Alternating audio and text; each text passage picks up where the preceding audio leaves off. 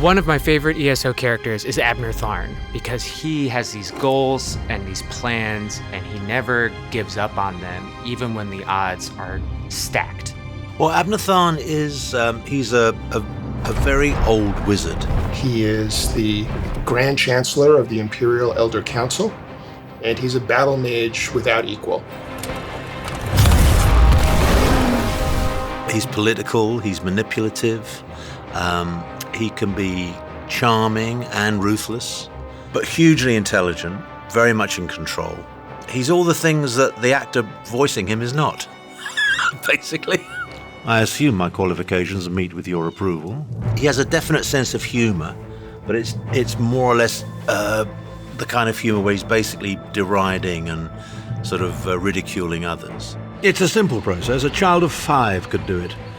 Unfortunately, we don't have a child of 5, so I'll be forced to walk you through it. He has seen emperors come and go, but he's there to make sure the empire is always surviving.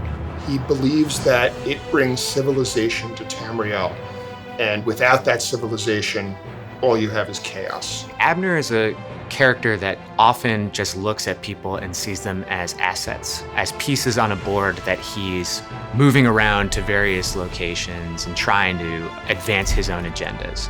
So when players start interacting with Abnur Tharn, he's just viewing them as another pawn, another piece he can move. I expect nothing but your continued assistance, Vestige. However, I concede that your aid in recovering the relic was vital. I really loved writing Abner's lines because they are poetic and lyrical, and it was a very cool experience knowing that I was going to get a great actor to perform these pretty complicated but flavorful lines. Ah, the distinctive smell of Daedric sorcery. It's as atrocious as it is pervasive. All the lines that I've enjoyed have always been the ones where he's being slightly kind of sarcastic, you know, and he uses language in a very interesting and sort of passive-aggressive way.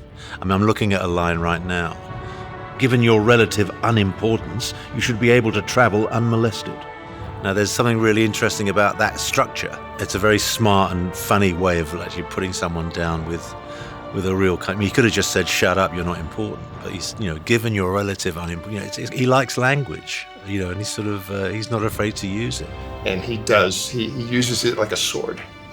It's just who he is. It's how he was able to survive a century of imperial politics. That's why we'll only use the weapon to get them to the negotiating table. Diplomacy works best when facilitated by a big stick. He is so focused on his ambitions and achieving his aims. He can think his way out of any dead end. And I think that lesser people would have quit, right? They would have given up in the face of a Rage of Dragons. But Abnur Tharn would never do that.